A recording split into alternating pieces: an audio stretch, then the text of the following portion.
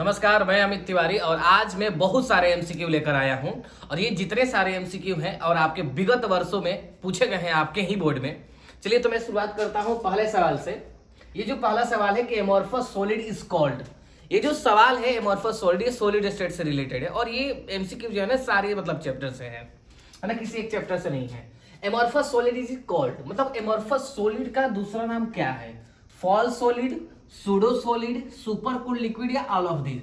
तो मैं आपको बता रखा हूं कि एमोर्फस सॉलिड जो है उसको फॉल सॉलिड भी कहते हैं, सूडो सॉलिड भी कहते हैं और सुपर कूल्ड लिक्विड भी कहते हैं। यानी कि इसका आंसर कौन सा होगा? ऑल ऑफ दीज होगा। डन। चलिए दूसरा सवाल देखें, which is correct expression for rate.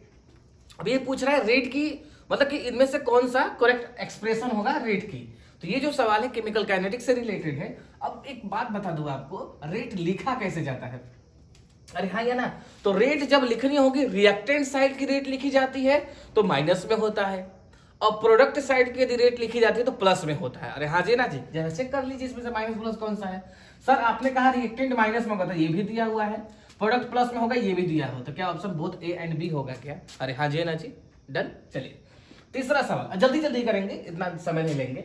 Unit of rate, rate की यूनिट क्या होगी? तो रेट पहले निकाला कैसे जाता है? सर होता है इसका फॉर्मूला कंसंट्रेशन अपॉन टाइम। यहां जो कंसंट्रेशन होता है मेरे नवाबो, ये कंसंट्रेशन मोलैरिटी को डिनोट करता है। किसको डिनोट करता है नवाबो? मोलैरिटी को। मोलैरिटी क्या होता है? मोल पर लीटर होता है। अरे हाँ जी ना जी, नीचे कौन है सर? टाइम। टाइम यदि ऊपर जाएगा तो क्या बनकर जाएगा सर? मोल पर लीटर पर time. Which option is right answer? जरा गौर फरमाइए। मोल पर लीटर पर टाइम, मोल पर लीटर पर time. C option is the right answer. अरे हाँ जी ना जी, done. The ore of aluminium. अब देखिए ये सवाल कहाँ का आ गया सर? मेटलर्जी का। अब एल्यूमिनियम के इनमें से कौन सा और है? पहला ऑप्शन पढ़ा बॉक्साइट। सर यही निकल गया बॉक्साइट, कहीं जाएंगे ही नहीं, मारा बॉक्साइट है, भागो यहां से। लिख लो, लेकिन फॉर्मूला इसका बॉक्साइट का A2O3.XH2 होता है। हाँ जी ना जी, हो सकता है बॉक्साइट का फॉर्मूला भी पूछ दे।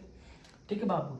चलिए फिफ्थ नंबर सवाल देखिए मित्र, कैसेटेराइट इज एन ओर। ये एनसीईआरटी में है नहीं लेकिन पूछा जा चुका है कि कैसेटेराइट किसका और होता है। तो कैसेटेराइट जो होता है टीन का और होता है। अरे हाँ ना, टीन देखिए इसमें से कौन सा लिखा हुआ है? सर ये मैग्नीज है, नहीं होगा। ये निकेल है, नहीं होगा। ये एंटीमनी सर, नहीं होगा। टीन मतलब ये ऐसे फॉर्मूला लिख लीजिए, SnO2 होता है कैसेटेराइट का, लिखें। अब हम 6 नंबर एमसीक्यू करेंगे और 6 नंबर एमसीक्यू की खासियत ये भी है कि ये मेटलर्जी का है और ये भी बोर्ड में आ चुका है।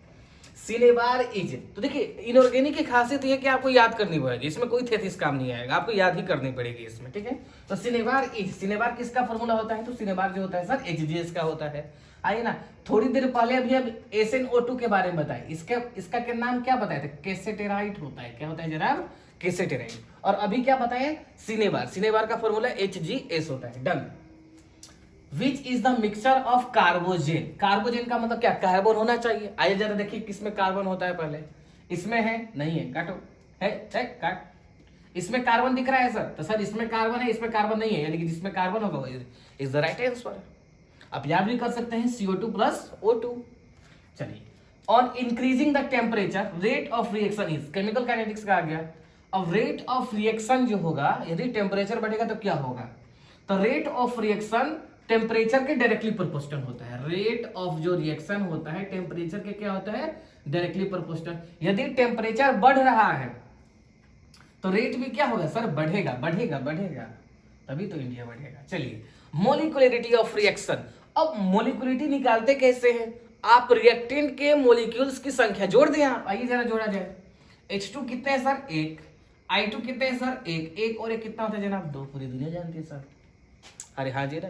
चलिए अगला सवाल, zone refining is used for. Zone refining metallurgy. Zone refining जो होता है जनाब वो यूज होता है प्यूरिफिकेशन ऑफ मेटल के लिए, ना कि प्यूरिफिकेशन ऑफ ओर के लिए। तो where is purification of metal? लिखिए। अब हम 11 नंबर सवाल करेंगे और 11 से 15 करेंगे इस स्लाइड में। अब इस स्लाइड की खासियत क्या है कि ये बदल बदल कर डेटा आते रहते हैं। ये सारे सवाल केमिकल काइनेटिक्स से रिलेटेड है, जरा गौर फरमाइएगा। ऑर्डर ऑफ रिएक्शन, मैं अभी एक वीडियो बनाया था सब्जेक्टिव वाला, उसमें भी ये करा रखा हूं मैं। जरा गौर फरमाइए कैसे निकालते हैं। तो इसकी पावर कितनी है सर? 3/2 और इसकी पावर कितनी है सर? 1/2। सर 4/2, 4/2 का मतलब कितना होता है सर 2। ऑप्शन कौन सा होगा सर, ये होगा। कुछ नहीं करना है, पावर को क्या करना है बाबू, आपको ऐड कर देना है। हाँ जी ना जी, ठीक है। यूनिट ऑफ रेट कांस्टेंट, अभी ये याद करना पड़ेगा आपको कि रेट कांस्टेंट की यूनिट क्या होती है। बच्चे बहुत कंफ्यूज होते हैं, तो मैं बता दूं, पहले मोल की पावर 1 माइनस एन होता है। क्या होता है, 1 minus n. Sir n minus 1 नहीं होगा, ये नहीं होगा सर, n होगा, नहीं होगा सर, 1 माइनस एन। सर क्या इसमें 1 माइनस एन लिखा है क्या, तो मोल की पावर होता है 1 माइनस एन, एल की पावर n माइनस 1 और टी की power -1। C is the right answer. Sir n क्या है, n जो है ऑर्डर है, जीरो ऑर्डर रिएक्शन, 0 लिखेगा, 1 लिखेगा, 2 लिखेगा, आइए ना। तो याद रखने का यही है कि 1 माइनस एन होगा, ठीक है sir. Unit of rate constant for zero order reaction, अब देखो जरा, अब जीरो ऑर्डर रिएक्शन की यूनिट पूछ रहा है, तो इस n के बदले तुम क्या लिखोगे, n के बदले क्या लिखोगे, 0 लिखोगे। अब जैसे यहाँ n के बदले 0 लिखोगे तो मोल कितना मिलेगा सर, मोल की पावर 1 मिलेगा। सर यहाँ 0 लिखेंगे तो सर l की पावर -1 मिलेगा सर। यहाँ तो कुछ है नहीं, t की पावर -1। अब देख लो किस में है सर, मोल की पावर 1 है लेकिन l की पावर -1 नहीं है, काटो। मोल की पावर n, काट भाई, n थोड़ी है, -1 है, मोल की पावर -1 नहीं है सर, 1 है। D option is the right answer, रख कर देख लो। अब देखिए मान लो ये फर्स्ट ऑर्डर के लिए पूछता तो यहाँ आप 1 रखते, सेकेंड ऑर्डर के लिए पूछता तो आप 2 रखते। हाँ जी ना जी, ठीक है बाबू। 14 नंबर सवाल, ऑर्डर कैलकुलेट इफ इतना। अब देखो जरा, अब ऑर्डर आपको निकालना है, यदि ऐसे दिया होगा एक्सप्रेशन तब। पहले ट्रिक बताता हूं, उसके बाद आपको बताता हूं। एल की पावर कितनी दी है, 2 में एक जोड़ कितना होता है सर 3। इसकी ऑर्डर कितनी होगी सर 3 होगी। कुछ नहीं करना, ऐसे एक्सप्रेशन दे रहा है, लीटर के पावर में 1 जोड़ दो, लीटर की पावर 2 है तो आंसर कितना होगा 3, ठीक है। चलो अब इसके अभी क्या करना है, ऑर्डर कैलकुलेट करना है। देखो ये आपके लिए था, ये लीटर की पावर चेक करो, लीटर की पावर कितनी है सर 4, 4 में कितना जोड़ा है सर 1, 5, देखो कहाँ है, ये रहा। सर ये कैसे ट्रिक बना रहे हो, ट्रिक है नहीं, देखो जरा एथीसी है। देखो जरा m की पावर कितना लिखा है सर -2, ठीक है। m की पावर होता कितना है, 1 माइनस n होता है, ठीक है। तो 1 माइनस n जो है किसके बराबर है यहाँ सर, 1 माइनस n -2 के बराबर है। यहाँ से n बराबर कितना निकलेगा सर 3। देखो तो आंसर 3 ही मारा है क्या हमने। अच्छा अब इस स्लाइड में मैं 5 सवाल लेकर आया हूँ और इस स्लाइड में मेटलर्जी से रिलेटेड सवाल है, ठीक है। तो पहला सवाल देखिए, the process of smelting involves reduction of metal oxide with, ठीक है। मेटल ऑक्साइड के रिडक्शन में कौन काम आता है, तो जैसे मान लो मैं एक बात बताया था, एक फॉर्मूला बताया था, एक रिएक्शन बताया था, FeO प्लस कार्बन। अब इस मेटल ऑक्साइड का कार्बन के साथ रिएक्शन किया था तो ये मेटल ऑक्साइड Fe में चेंज हुआ था और क्या बन गया था, कार्बन मोनोऑक्साइड।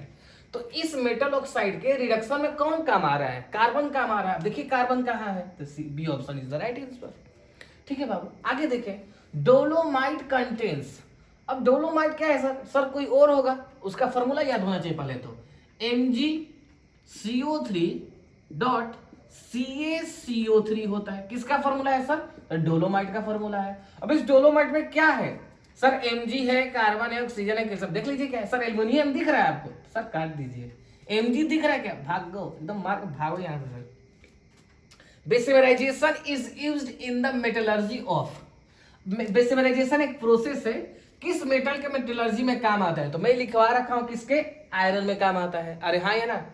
चलिए 90 नंबर सवाल करिए, विच इज नॉट एन और ऑफ जिंक, इनमें चारों में से कौन जो है जिंक का और नहीं है, तो जिंक ब्लेंड है, जिंक साइट है, केलामाइन है। डी ऑप्शन जैसे देखते हैं तो बॉक्साइट लिखा हुआ है, और बॉक्साइट आते आते मैं बता चुका हूं कि बॉक्साइट किसका और होता है सर, एल्युमिनियम का और होता है। तो इनमें से कौन सा और नहीं है जिनका सर, ये D option is the right answer. चलिए 20 नंबर सवाल, mineral from which metal is extracted is called, mineral जिससे मेटल को एक्सट्रैक्ट अर्थात बाहर निकाला जाता है उसे क्या कहते हैं, तो उसे क्या कहते हैं सर, और कहते हैं, बस खत्म, छापिए। अब इस स्लाइड में हम बायोमोलिक्यूल से रिलेटेड सवाल करेंगे। देखिए जरा क्या चक्कर है इसका, कार्बोहाइड्रेट इज ऑल्सो कोल्ड, ठीक है। ये बहुत सारे सवाल ना पूछे जा चुके हैं। देखिए क्या कहा जाता है, कार्बोहाइड्रेट का दूसरा नाम क्या होता है, एल्डोज होता है कि कीटोज कि सेकेराइड या नॉन, तो कार्बोहाइड्रेट का दूसरा नाम क्या होता है, सेकेराइड होता है। सवाल पढ़े आंसर मारे, हाँ या ना, रिवीजन के लिए मैं ये वीडियो बना रहा हूँ, ठीक है। 22 नंबर सवाल करेंगे, the carbohydrate which can't be hydrolysed. अब ये कह रहा है कि उस कार्बोहाइड्रेट का नाम बताइए जो पानी में बिल्कुल नहीं घुलता। तो कितने प्रकार के होते हैं? 3 प्रकार के, मोनो, ओलिगो और पोली। मोनो क्या होता है? बिल्कुल नहीं घुलता है। अब देख लीजिए किसमें है mono. Sir B option is the right answer. चलिए 23 नंबर सवाल देखेंगे। Which is called fruit sugar. अब ये कह रहा है कि फ्रूट शुगर किसे कहते हैं, ठीक है। तो एफ से शुरू हो रहा है ना, तो फ्रुक्टोज मार कर आ जाना, ठीक है बाबू, बिल्कुल गड़बड़ नहीं करना। Which is called grape sugar, तो जी से शुरू हो रहा है बाबू, ग्लूकोज मार कर आ जाना, ठीक है। चलिए number of chiral carbon in galactose. अब कायरल कार्बन तो मतलब समझते हो ना, कार्बन की चारों शाखाएं क्या होनी चाहिए? अलग अलग, मतलब ब्रांचेस क्या होनी, चारों अलग अलग होनी चाहिए, तो उसको कायरल बोला जाता है। अब गैलेक्टोज में कायरल कार्बन की संख्या कितनी होती है? तो कायरल कार्बन की संख्या कितनी होती है? तो 4 होती है। गैलेक्टोज में भी 4 होती है और ग्लूकोज में भी 4 होती है। यही लिख लीजिए, ग्लूकोज और गैलेक्टोज में कायरल कार्बन की संख्या 4 होती है, और याद भी कर लीजिए आप सभी। चलिए 26 नंबर सवाल है। Number of chiral carbon fructose. Fructose में कायरल कार्बन की संख्या कितनी होती है? तो कायरल कार्बन की संख्या 3 होती है, लिखें। अब हम 27 नंबर सवाल करेंगे, और 27 नंबर देखिए जरा क्या है। Which is called invert sugar. ये भी बायोमोलिक्यूल्स का ही सवाल है, ठीक है। तो इनवर्ट शुगर को किसके नाम से जाना जाता है? तो इनवर्ट शुगर को सुक्रोज के नाम से जाना जाता है, याद रखिएगा, ठीक है। Whose electron affinity is maximum. इनमें से किसका इलेक्ट्रॉन एफिनिटी ज्यादा होता है? तुम्हें बताया था कि यहाँ एक्सेप्शन होता है, फ्लोरीन ना होकर क्या होता है? क्लोरीन होता है। इस बात का भी ध्यान रखिएगा, ठीक है बाबू। चलिए 29 नंबर सवाल करेंगे। Whose electronegativity is maximum. Electronegativity किसकी सबसे ज्यादा होती है? तो फ्लोरीन की सबसे ज्यादा होती है इलेक्ट्रोनिगेटिविटी पूरे पीरियोडिक टेबल में, ठीक है। Which can form P pi bonding. अब पी पाई बॉन्डिंग कौन अच्छा कर पाता है? जिसकी साइज छोटी होती है। अब साइज इसमें से छोटी किसकी होती है? तो नाइट्रोजन अर्थात नेहा की होती है, ठीक है। NH3 is prepared by. अब NH3 किसके द्वारा बनता है? सब जानते हैं किसके द्वारा? तो सर हेबर प्रोसेस के द्वारा बनता है। ऑस्टवाल्ड प्रोसेस के अधीन क्या बनता है सर? तो HNO3 बनता है, ठीक है। और H2SO4 से बनता है कॉन्टेक्ट प्रोसेस, याद रखिएगा ये तीनों, है ना। चलिए 32 which is the strongest oxidising agent. इसमें बच्चे बहुत गड़बड़ करते हैं, I2 लगा कर आते हैं, जबकि इसका सही आंसर होगा और स्ट्रॉन्गेस्ट ऑक्सीडाइजिंग एजेंट का F2, लिख लें इसे। अब देखिए 33 नंबर सवाल क्या करते हैं बाबू कि number of groups present in D block. D block में ग्रुप की कितनी संख्या होती है? तो ग्रुप की संख्या कितनी होती है बाबू? 10 होती है, पक्का है, ठीक है। D block is called. D block का दूसरा नाम क्या होता है सर? ट्रांजिशन होता है, ठीक है। रिप्रेजेंटेटिव किसे कहते हैं? एस और पी को कहते हैं। इनर ट्रांजिशन किसे कहते हैं सर? एफ ब्लॉक को कहते हैं, ठीक है बाबू, लिखे। इन 3D series which is transition element. अब इनमें से कौन जो है ट्रांजिशन एलिमेंट है? वो भी कौन सा? 3D का पूछ रहा है, तो आपको याद रखना पड़ेगा। वो ट्रिक एक है ना कि साइंस टीचर विनीत कृपलानी मन फे को नहीं क्यों जान जलाती है, ये ना। तो स्कैंडियम भी इसी का है, जिंक भी इसी का है, कॉपर भी इसी का है, तीनों यदि इसी का है तो D option the right answer, ठीक है। तो याद होना चाहिए। Most stable oxidation state of bismuth. Bismuth का ऑक्सीडेशन स्टेट मोस्ट स्टेबल बताना है, कितना होता है? प्लस का 3 होता है, क्योंकि किस ग्रुप का होता है? ये नाइट्रोजन ग्रुप का होता है। General electronic configuration of alkaline earth metal. Alkaline earth metal का इलेक्ट्रॉनिक कॉन्फ़िगरेशन पूछ रहा है, यानी कि ग्रुप 2 का पूछ रहा है जनाब। किसका पूछ रहा है? ग्रुप 2 का। तो NS में कितने जाएंगे? 2। एक किसका है? एक। यदि वो एल्कली मेटल्स पूछता है तब, लेकिन एल्कलाइन अर्थ मेटल पूछा है, मार कर आ जाए। एस ब्लॉक पूछता तो ये मार कर आना। Number of chiral carbon in glucose. अभी थोड़ी देर पहले आपको बताया कि ग्लूकोज में कायरल कार्बन की संख्या कितनी होती है? 4, लिखे जरा। 39 नंबर सवाल करेंगे, और ये सवाल बहुत बार भी पूछा जा चुका है, मैं खुद कराया भी हूँ। Glycerol is. तो ग्लिसरॉल का पहले तो आपको फॉर्मूला मालूम होना चाहिए। मैं लिखूं यहाँ लिख देता हूँ। CH2OH, CHOH और CH2OH। अब कितने OH दिखाई दे रहे होंगे आपको? तो 3 का मतलब ट्राईहाइड्रिक, मोनोहाइड्रिक, डाईहाइड्रिक। सर ये टेट्राहाइड्रिक है, ना कि ट्राईहाइड्रिक है। ट्राई नहीं लिखा है, गलती से आप टेट्रा पर मत मार दीजिएगा, ठीक है। ट्राईहाइड्रिक होता है। Most common oxidation state by first row transition element. अब ट्रांजिशन एलिमेंट के फर्स्ट रो के द्वारा सबसे कॉमन ऑक्सीडेशन स्टेट क्या होती है? तो +2 होती है। B option is the right answer. Number of POP in cyclic metaphosphoric acid. एक बात बता दो इस सवाल के बारे में कि कहीं क्वेश्चन बैंक के टारगेट में इस सवाल का आंसर गलत लिखा हुआ है, तो जरा गौर फरमाइएगा। इसका मतलब क्या चक्कर है? ये मोस्ट इंपोर्टेंट भी हो सकता है। देखिए मेटाफॉस्फोरिक का, साइक्लिक मेटाफॉस्फोरिक का फॉर्मूला होता है H3P3O9 होता है, ठीक है। अब इसका पहले मैं आपको स्ट्रक्चर बताकर बताता हूँ, ठीक है ना, ध्यान दीजिएगा। इसका जो स्ट्रक्चर होता है बाबू, है ना, डायरेक्ट याद भी ना किया करें, इसको थोड़ा सा ध्यान से बनिएगा। ये हो गया P, फिर ये O, फिर ये O, फिर ये P, फिर ये P, फिर ये O, ऐसे होता है, ठीक है। तो 3 फास्फोरस था, मैंने 3 फास्फोरस को लगा दिया, हर एक फास्फोरस से डबल बॉन्ड ऑक्सीजन जोड़ो, हर एक फास्फोरस से, डन हो गया। और हर एक अच्छा फास्फोरस कितना बॉन्ड बनाता है, 5 बॉन्ड बनाए कितना है सर, 1 2 3 4 बनाए ना, हर एक फास्फोरस से OH OH जोड़ दो, आए ना। जब देखोगे तो तुमको H3P3 और O9 दिखाई दे देगा, ठीक है। अब POP पूछ रहा है, तो सर एक POP, एक POP, 2 POP, 3 is the right answer, है ना, ध्यान दीजिएगा। 4 नहीं होता है, 3 होता है। विच ड्रग्स रिड्यूसेस फीवर, अब फीवर को रिड्यूस करने के लिए कौन सा ड्रग्स लेते हैं ना, तो एक बात बता दो, एनाल्जेसिक जो होता है दर्द को कम करता है ना, पीड़ा को। एंटीबायोटिक जो है कीड़े मकोड़े को मारता है। एंटीपायरेटिक जो होता है फीवर को रिड्यूस करता है, ठीक है। चौथा ऑप्शन है ट्रांक्लाइजर, जो सनकी उनके होला संपागल ना बाबू, उन्हीं खाते हैं। Caprolactam is monomer of, caprolactam किसका मोनोमर होता है, तो कैप्रोलैक्टम नाइलॉन 6 का मोनोमर होता है। अब देखिए कहाँ लिखा हुआ है, नाइलॉन 6 का मोनोमर होता है। नाइलॉन 6 का मोनोमर लिख लीजिए, मैं बोलता हूँ, एडिपिक एसिड और हेक्सामिथाइलिन डाइएमीन होता है, ठीक है बाबू। और ये उतना नहीं पूछता है। टेरिलिन का होता है वो लिख लीजिए, terephthalic acid and ethylene glycol होता है, लिख लीजिएगा इसे भी, क्योंकि ये दोनों अभी आ चुके हैं। Alkyl halide is converted into an alcohol, अब इसे जरा गौर फरमाइएगा, एल्काइल हैलाइड को एल्कोहल में चेंज करना है, ठीक है। तो ये हो RX, किसमें चेंज करना है, OH को चेंज करना है। अब यहाँ X को हटाकर किसे लगाना है, OH को लगाना है। तो क्या किसी को हटाकर उसके जगह दूसरा यदि लगाते हैं तो क्या उस प्रोसेस को सब्स्टिट्यूशन रिएक्शन नहीं कह पाएंगे क्या, छापिए इसे। अब हम 45 नंबर सवाल करेंगे, और 45 नंबर सवाल जो है ऑर्गेनिक से रिलेटेड है। Methyl amine can be prepared by, अब मिथाइल एमीन इन तीनों में से किस रिएक्शन के द्वारा बनता है। ऑर्गेनिक का MCQ है, ऑर्गेनिक का शॉर्ट हो, ऑर्गेनिक का लॉन्ग है, बहुत इंपॉर्टेंट होता है। अब ध्यान से देखिएगा मिथाइल एमीन बनता कैसे।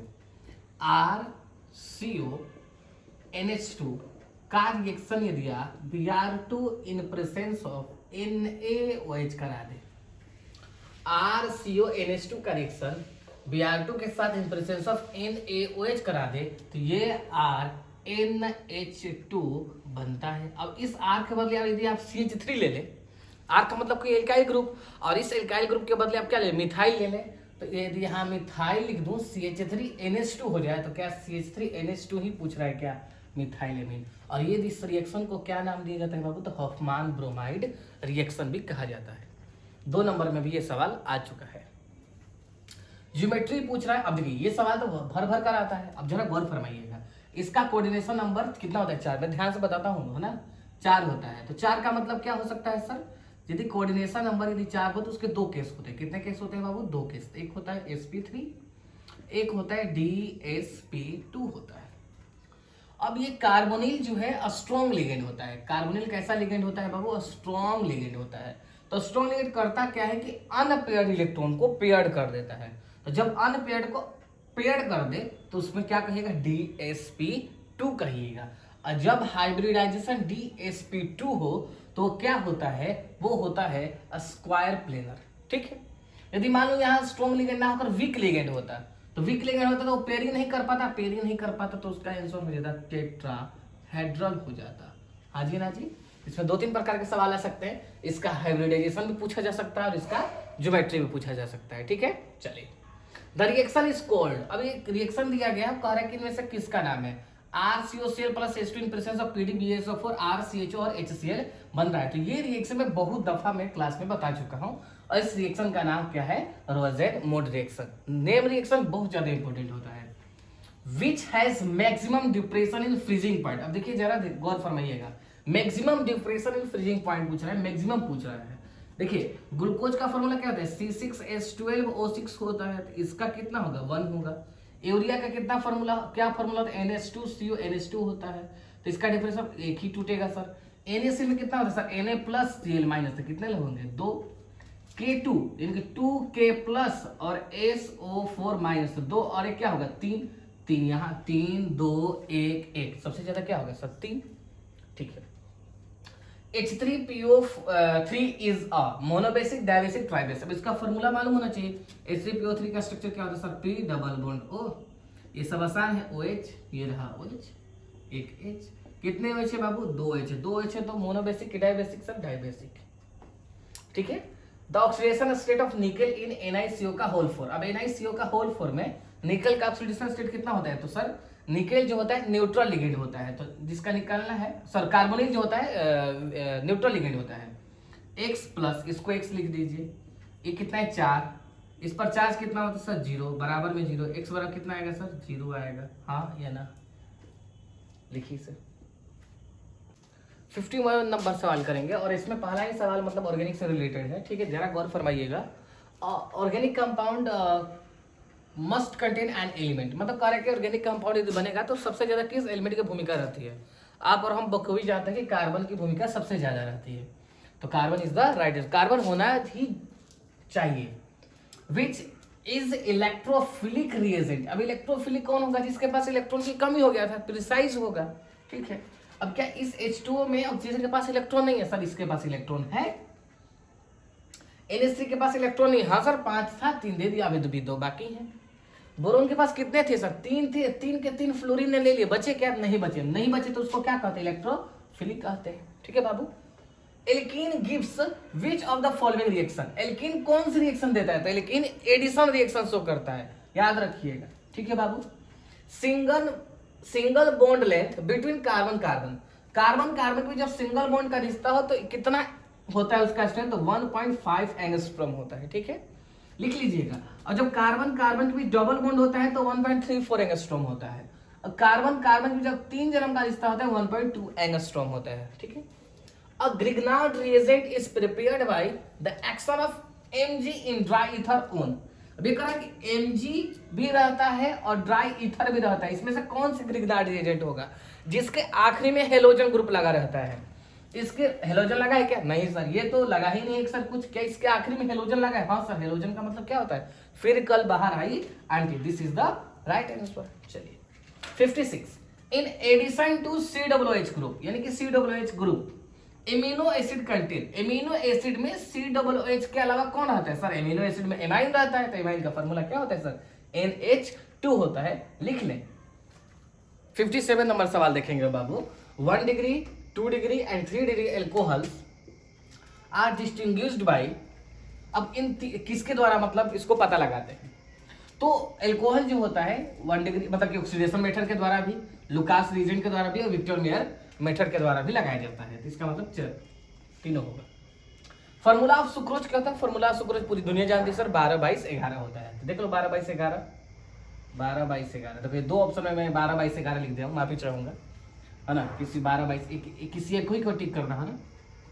चलो, ऑर्लोन इज ए पॉलीमर, ऑर्लोन किसका पॉलीमर होता है, तो विनाइल क्लोराइड का होता है, किसका होता है, विनाइल क्लोराइड का होता है, किससे निकाला गया सर, तो पेन से निकाला गया है, ठीक है, पॉली एक्रिलोनाइट्राइल से निकाला गया, ध्यान रखिएगा ये भी बात। Number of pi bonds in ethyne, ethyne का मतलब क्या होता है सर, ट्रिपल बॉन्ड होता है, जहां 3 बॉन्ड होगा बाबू वहां 1 सिग्मा होगा और 2 क्या होंगे, पाई होंगे, दिस इज द आंसर। चलिए बहुत बहुत धन्यवाद, और वीडियो सारी देखते रहें, और एक और बात, शिद्दत से मेहनत करें, और ऑर्गेनिक से यदि ज़्यादा डर लग रहा है तो मैं उसके लिए बता दूं जानकारी के लिए कि आप डरे नहीं, छोड़ने से कुछ नहीं होगा, आपको प्रैक्टिस करनी ही पड़ेगी। नमस्कार।